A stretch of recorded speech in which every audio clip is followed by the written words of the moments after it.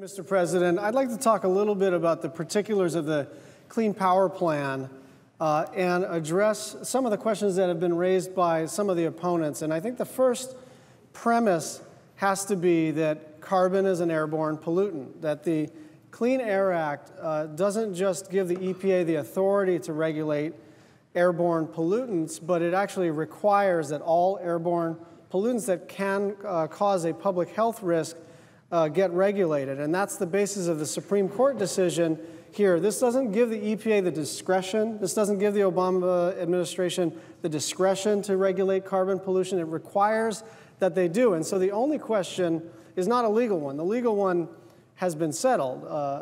The EPA is required to regulate under the Clean Air Act pollution. The only question then remaining is carbon a pollutant? And I don't think there's anybody credible in this space that thinks that carbon is not a pollutant. Look, I think we are actually making progress over the last 6 to 12 months.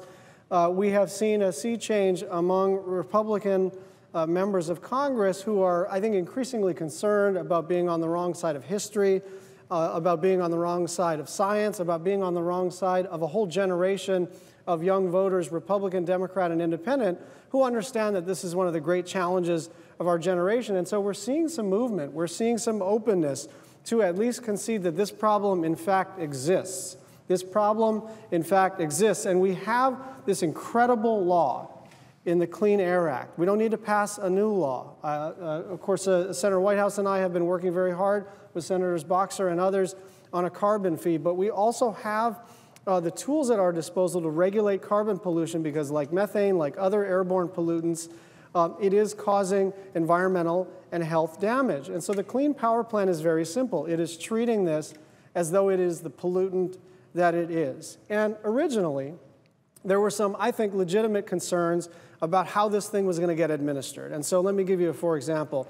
If you are in a very, very small rural state and you are going to regulate not a state's total carbon emissions, but an individual power plant's carbon emissions, that's a really tough sell. Because there are instances where, because of legacy infrastructure, because of distance, for instance, in Hawaii, you have remote and relatively small islands.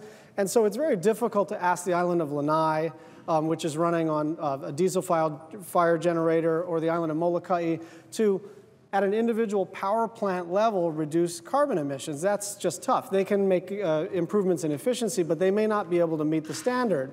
And so the idea here is that you allow all of it to aggregate. And so what Hawaii did was, we have the Hawaii Clean Energy Initiative, recognizing that there are going to be some places that are going to have incredible challenges economically and in terms of the financing of the projects, incredible challenges complying at the micro level, at the site level, at the power generation level.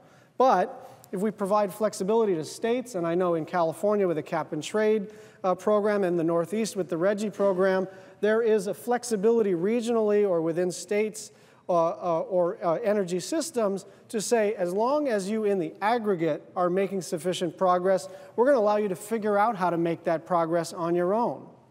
And so these rules, we anticipate, will provide sufficient flexibility to allow economies to thrive.